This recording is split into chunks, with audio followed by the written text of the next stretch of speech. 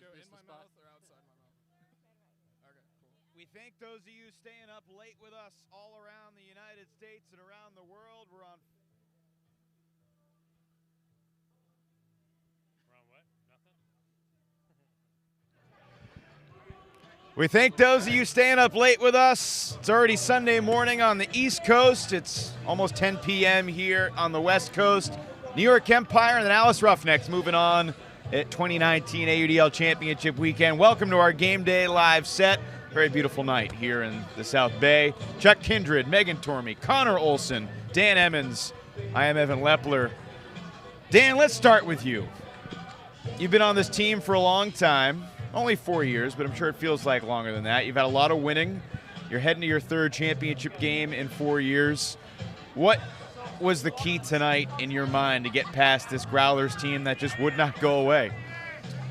Well, I think it started with coming into the game with all the necessary prep work, watching film, trying to really dissect what guys like to do what, when they like to cut, how they like to cut. So I think kind of setting the tone early with having the right kind of preparation really set the tone, and then also trying to feed off of the energy we had from our previous playoff win where we're fighting together as one team. The sideline is just as integral as the guys playing on the field. So I think when you kind of wrap all of that together, it really allowed us the opportunity to come out with the kind of fire and grit that we had in the beginning of the game that let us start that role early on. Dan, I saw you last year on the sideline after a crazy high bid in the New York game. And since then, I've been thinking, man, I would love to see a healthy rematch of those two folks. And now it looks like we're getting to see it. Are you pretty fired up to play New York? Absolutely. There's a lot of things going on in my mind, but yeah, I am incredibly excited about the opportunity to be able to rematch against New York tomorrow. Obviously, they're a completely different team than they were last year, just that I feel like even though we kind of have a similar personnel, I feel like we're a different team than we were last year. So it's going to be a different dynamic. It's going to be a different game, but more than anything, I'm just excited to take the field because I know it's going to be a dogfight from the first point, and I'm looking forward to it. Connor Olson, you had a fantastic performance last year at championship weekend before your 20th birthday. Now you're a week away from turning 21, and I think most people who view this game are just amazed at what you were able to do and the poise that you play with for being so young. Where do you find the comfort to play your game and not be nervous on a stage like this at your age? I think, honestly, most of it comes just from my teammates. They seriously make me feel so loved, and I really think that they trust me to do anything that they would do. Even like our studs like Dan, like Jay, like Abe. I think they trust me to make a lot of the throws that they would make or a lot of the cuts that they would. And so, I mean, I think it all boils down to the trust that we share with each other, and I feel like it's pretty mutual all around the team. On the broadcast, Ian Toner made the astute observation that he knew you were athletic and could run fast, but he didn't know you had a rocket launcher that you showed off tonight. When in your ultimate career did you find the confidence to employ that throw in a game like this? I would say probably my freshman year at Oklahoma State. Our team went through like a big mentality shift, kind of switching from like a more laid-back partying team to a try-hard, want-to-do-good at regionals team. And I think with my class they came in, we had like a lot of chemistry already, but I think that they trusted me a bit. And so not that they like leaned on me or anything. They can do the same throws that I can, but a lot of the time it just came up to me throwing those throws. And so a lot of confidence from that, a good amount from Public Enemy. Just teammates trusting me again. So I feel like the team has gone through a few changes late in the season, and yet you seem to be playing with more chemistry than ever before. How did you develop that chemistry with the changes that Wes Nemec was kind of throwing at the team late in the game? I don't think it's necessarily just on-field chemistry. I think a lot of it's just our knowledge that we're gaining from all this preparation that we're doing. We've really stepped up our prep game. I've watched more film in the past month than I have my entire life. And so I think a lot of it is just the knowledge that we're feeding each other and doing lots of feedback, lots of conversation. I think it's starting to click for us. We keep hearing about these Roughnecks film sessions and the captains doing all this prep. What does that look like for you and Dalton and Jay and Wes and the other leaders of the team? Are you guys all watching together? Are you all watching your own and one giant secret Google Doc? Like, what's the logistics of you guys putting these successful game plans together to beat Raleigh, to beat San Diego, and to presumably to match up with New York? Is New York watching this right now? No, we're not asking you for the strategy. Yeah, we're asking for how you went about putting this together. You want to give us the strategy? That'd be great. A lot of it is we all prep individually. So we all set a tone where each person's going to individually watch games. Then we break it down with individual quarters that every captain and leader is dedicated to watching within those games. And then we try and actually get on one group call, compile those notes, and kind of figure out exactly maybe where everything intersects and then where somebody had key notes that maybe other guys were missing. So I think once we actually bring all of that together and we really start to dissect what those notes and what some of those takeaways are, we always find that there's a common theme with about 70% of the things. We all bring about, the majority of the same items to the table. But the good thing is because we all watch them individually with that individual perspective, there's always going to be those couple of little items or couple of takeaways here and there that kind of allow us to be able to insert our own perspective as a group collective. So I think whenever we're able to do that, take those notes, push those kind of things out to the team and get their feedback as well, I think it allows us to really solidify that whole picture. As the increase on preparation became a focal point in your season, do you think the tenor of practice changed in any way, shape, or form? So it's a little bit different since a lot of our guys aren't specifically in the Dallas-Fort Worth area. So they might be coming from Austin or from the College Station area, or Connor's here in Oklahoma. We've got some guys in Arkansas. So a lot of the times we have to really utilize our practice squad to try and implement some of these strategies and then bring that back to the table for what the team is really looking to do.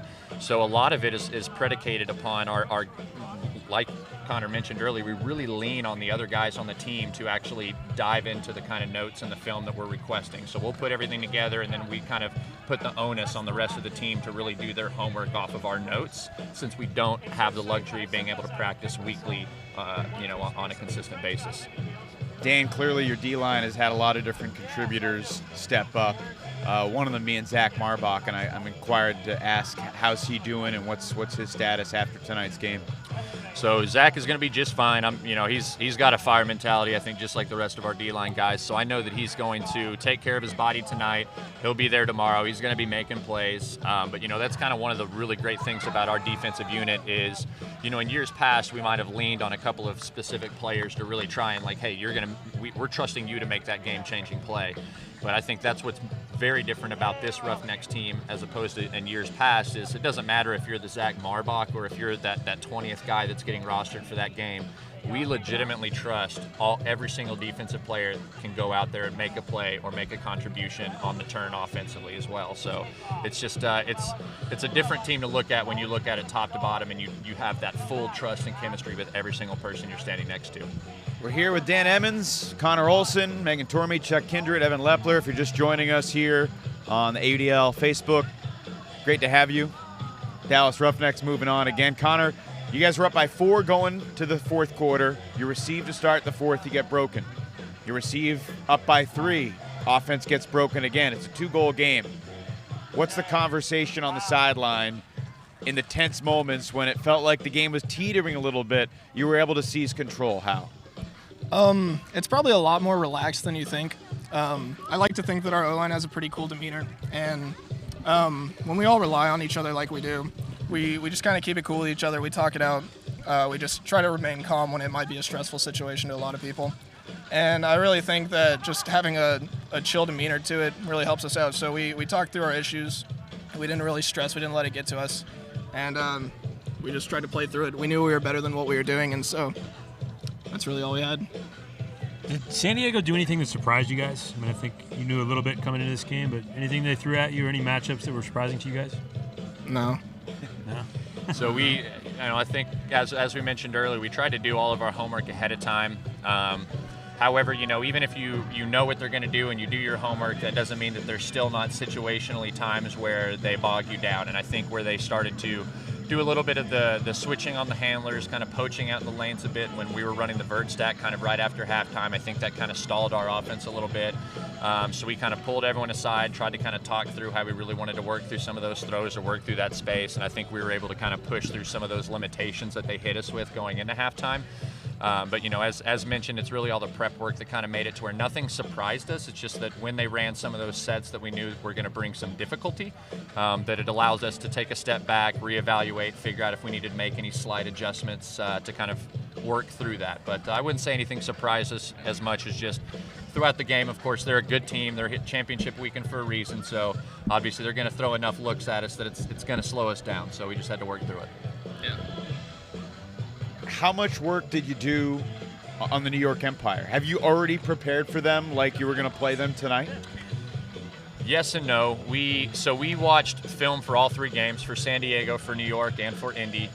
We don't take anything lightly, so we wanted to make sure that we had preparation going into any situation that we were in. However, you can never look past the team at championship weekend. So 80% of our homework was done for San Diego because we knew that we could not look past this game or this team. However, we would be naive to think that we can cram an entire year's worth of film sessions and studying into a single night with a noon game tomorrow. So we've got a good book of business to go into. We're going to do some more prep work tonight. We'll probably have a morning meeting tomorrow to kind of go over everything and make sure that what we've done up to now is where we want to be. I imagine your bodies recover in different ways, being about a decade apart. I mean, you're probably ready to go play another game right now, and Dan, you probably will take an ice bath tonight. Definitely.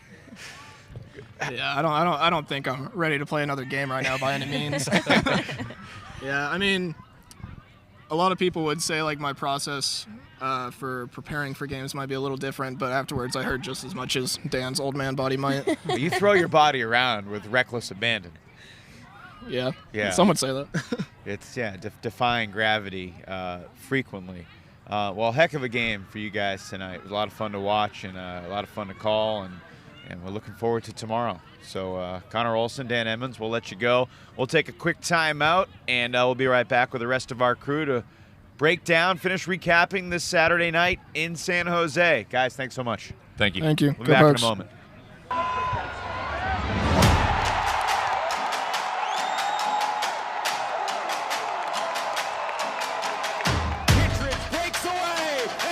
On the backside, misplays it, and a huge leg. Go, gadget legs. Man, that was sick.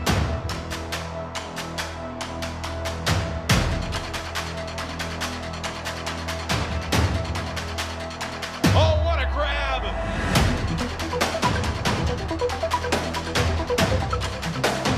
Whoa, lays out on Kittredge.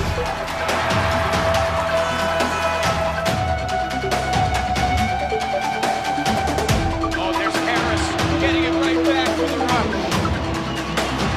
That he was crazy.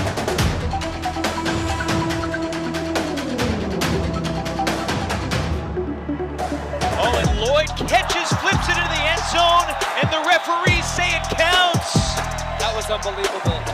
Shen, can he throw it the full 80 yards of the field? Are you kidding me? You are kidding me! Holy smokes.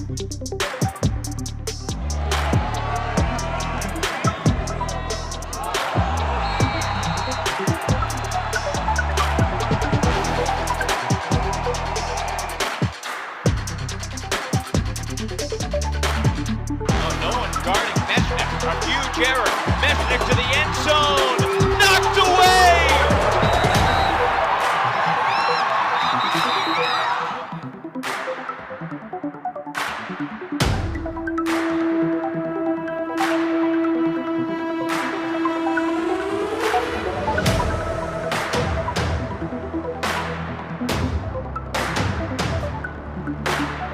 It is just about 1 a.m. on the East Coast. It's about 10 p.m. here in San Jose. And it's a week away from Connor Olson's 21st birthday, and he just invited me to his birthday party. I think all of us were invited, too, in Stillwater next Saturday night. Chuck, Megan, Ian, Charlie, I'm Evan. Thanks for being with us. Charlie, let's start with you. You were in a hosting situation, not really able to give your opinion on that last game of the night. What are your takeaways from that Roughnecks Growlers battle, which was pretty entertaining? It was entertaining. Back and forth game. I think you saw early the quality that Dallas was able to bring.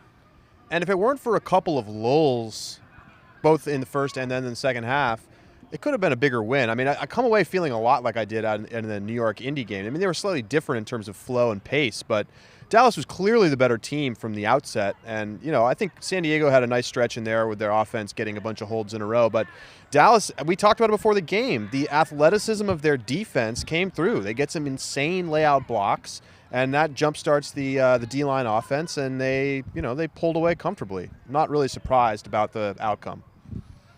I can't say I'm surprised either. The questions that we had about San Diego's offense being able to rise to the occasion in the moment, I think we saw those few instances where they came short, ended up accumulating over the course of the game and resulting in that 5-goal deficit at the end. Decisions that maybe they want back. Maybe not running all the way through discs on their underneath shots and letting those Dallas defenders bait those blocks. Those are the plays that ended up tallying up and costing the Growlers this game.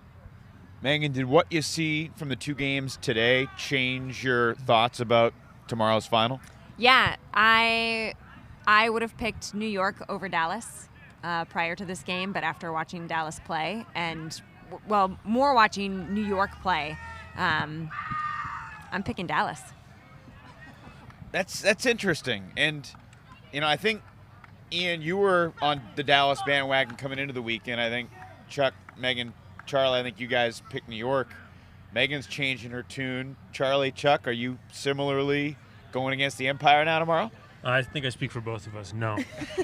He does speak for both of us. Sometimes I'm called Chuck, so the Chucks are going with New York. So what gives you the confidence? Well, I work out and I take care of my body, and so it takes care of me. What are we talking about? Frisbee. I think New York. I still think New York, if they play 80% of their potential, it's better than what I think is going to be 90% of Dallas's potential. Like when I think of these two teams, I think Dallas plays closer to their potential, but I just don't think they're nearly as good. I think Ben Yacht's still going to win his matchups tomorrow. Yeah, what are you going to I do? know Kai Marshall, a great player, but I think Ben Yacht has been the best player in the league this year. And I think you have to set aside the bad second half from New York. The reason they played a bad second half is not because they're a bad team. They played a bad second half because they knew they were going to win. And it's not a good thing that they played poorly and almost gave Indy a chance to get back in it, but they're not going to do that if they're in a tight game. I think they still win by 2, 3, 4 points. That's interesting. I think you can't watch these 2 games tonight and not be inclined towards Dallas because of, not just what Kai did, but, Zach Marbach's health is a huge X factor going into tomorrow because that kid is fast and strong and fierce. And, man, I don't know. I think we have the pieces for a classic game tomorrow, regardless of what happens. I think it could be a fantastic game. Let's talk a little bit more about tonight and just kind of the highlights of the night, because there were many exciting plays. I mean, I'm thinking about Trevor Purdy's rejection of Kaplan Mauer's hammer right over here. He Babbitt smashed. Have you ever seen a hand block like that? I've never seen. I mean, that was like a sumo squash, freaking overhead stuff. That was amazing. I was blown away. And I was sitting right behind that end zone, and the place just was on fire when that happened. Everybody was immediately in their camp. Yeah, that's certainly one of the plays of the game, and I mean, there was just excitement back and forth, and the way Dallas's offense played down the stretch, they gave up a couple breaks, but with Ferruda and Olsen being as good as they were, I mean, if anything, Thomas Slack and Carson Wilder were like the weak links on the Dallas offense today, and they're typically guys that you think of that don't make any mistakes at all. So you figure they tighten that up heading into tomorrow. Well, and that's part of the reason that I'm so sold on Dallas now, is that their top players can have a slightly down night, and I'm not saying bad by any means, just they're not as productive as you would expect going into it, and they still just were dominant the entire game. And I know the game got close, but I still felt like their play the entire time was more dominant. Ian, is it possible that some of Dallas's top defenders could win matchups against some of New York's top cutters tomorrow? Absolutely, and I think that comes down to the game plan and what Wes Nemec wants to do to those cutters. Does he want to be pushing some of those receivers out and baiting a deep shot and hoping that a deep shot's going to hang a little more and give time for a defender to make up ground and make a play? I want a depth chart in front of me to start looking at exactly who I think will match up. I don't think it's crazy to think that Kai could get one on Ben. Do I think Ben, more often than not, is going to win that matchup tomorrow? Sure, but I know Wes is going to rotate people on him. Jay Frood's definitely going to get Ben for at least a little bit. There are going to be other guys who have to match. Jay Frood on Jack Williams is a pretty tasty matchup. Let's not forget that Ben Yacht went off on Dallas last year in the semifinals. He had a huge game, and he's only playing better this season. But Dallas is playing better this season too. Like, this is a different Dallas team. I'll give you that. But I think that New York has leveled up more than Dallas has. Dallas looks like the team from last year for the most part, and some of the players have changed roles, and I think in a good way for Dallas. But we saw some moments of questionable offense from Dallas tonight, and I think that's going to be amplified by a New York defense that's clearly better than San Diego's D-line. It's got to be Ben Yacht's brother right there, right? It's a guy wearing a Yacht jersey who looks a lot like Yacht. He does. Ben has like 7 brothers, so I would assume that's one of them. Odds are that it's Ben's brother. From New York's perspective, what do you think Brian Jones is thinking right now, heading into this matchup with Dallas tomorrow? Because, I mean, in some ways, New York didn't play its best game tonight. Maybe it saves them to play their best game tomorrow. But they also just don't seem to be clicking on all cylinders right now. And, the guys on New York, I wasn't able to hear them in their post-game interview with you guys afterwards. But, my guess is that they weren't all that satisfied with their performance today. I think... I was just going to say, Bo Kittredge was so embarrassed. He joined us for one question, said that was the most disappointing, awful second half I've ever been a part of, and then he left the set. So that tells you a lot about how he feels about it. If I'm Brian Jones, I'm orienting my game planning around ways to make Dalton Smith and Henry Ferruta uncomfortable. One incompletion between the two of them tonight. And think about the volume of completions that they had otherwise. I don't know whether that means forcing more people out downfield, whether that means bringing more poaches closer to the handler set to disrupt their easy swings, easy small ball that they like to settle into, especially in the red zone. But I think that's where you have to start defensively. One thing that both New York and Dallas did tonight, and that they've done all year, and I think that Indy and San Diego did all year against their divisional opponents but weren't able to do. When a 50-50 shot goes up, New York and Dallas have guys that can make those difficult plays over and over again. Think about all the difficult hammers that Dallas executed tonight, or the tough grabs that New York made in traffic, or that Dalton Smith made in traffic. Those plays are going to decide tomorrow's game, and which of these teams have the guys that can make more of them. And it's hard to bet against Yacht, Williams, Lindsley, Kittredge, Babbitt, Garver, Garvey, Brownlee, Katz, Drost, Lamar, Meeser. Come on, crank out the whole starting 20, please. I study this every night. I could probably do it. The thing is, Dallas has similar playmakers as well. And Dallas, in a way, might have more swag than New York. And we saw that Dallas swag on display late tonight when they kind of closed that game out. I would say they undoubtedly do, which isn't necessarily the only it's not the only reason that I'm picking Dallas, but they are a team with an attitude, and that is part of their culture. It's part of what defines them, and it is what enables players to come out and have big games when we aren't expecting that from them. They don't have any doubts that they're the best team here, and when you carry that inside you, you don't question whether or not you can beat Sean Ham deep. You just do it. We should wrap up. I'll give you guys one chance not to make your predictions for tomorrow, because we'll talk about that more tomorrow. Your final takeaways from tonight, your number one memory of this semifinal Saturday. Chuck? I think it's just the ceiling of New York is so impressive. I mean, I got to see Grant Lindsley make a couple great Ds and just get open constantly, and he was really the third or fourth thing on the mind of their opponents. So just seeing like Ben Yacht go deep with ease, Ben Katz kind of get that surly look on his face and just start crushing. I'm really excited. I hope we get to see how good New York is tomorrow because I got a taste today and I was pretty excited about it. Dalton Smith was a wonder tonight. I still walk away remembering Kai Marshall's defense more than anything else that game. Ian? I feel like a broken record. These Dallas lines were so different at the end of the regular season, and here we are in the playoffs, and they're coming together and playing with the chemistry and cohesion of a group that's been united in this way for the previous 12 weeks leading up to this. And I just continue to be impressed by the level of execution and cohesion that I see from both Dallas units in the most high-pressure situations. How about Dylan Larberg? That guy's got some incredible throws. He made some huge plays tonight. I think he will be an X factor tomorrow. Can he continue to execute on the crazy hammers, the Larberg to Larberg connection? If Dylan Larberg has a big game and gets some blocks downfield and then can deliver on offense like he did tonight, Dallas will definitely have a very good chance to win. And I'll close it out by mentioning a guy that none of you mentioned that we were all talking about coming into tonight, and that is Abe Coffin. You thought there was a chance that Abe Coffin would be the best player at championship weekend. He's going to have to be among the best, one or two tomorrow. He's got to play better tomorrow. He's got to play better tomorrow. But, think about Jeff Babbitt potentially matching up against Abe Coffin. And the absurd thing is it wouldn't be absurd if Abe wins that matchup.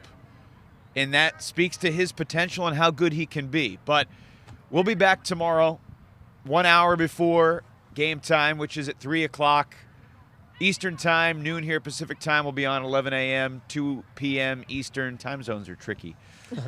As we get you set for the championship game at championship weekend, the Dallas Roughnecks and the New York Empire. For now, on behalf of our entire crew and everyone with Fulcrum Media and the American Ultimate Disc League, Evan Lepler saying good night from San Jose. Get some sleep. We'll see you tomorrow for Championship Sunday from San Jose. Good night, everybody.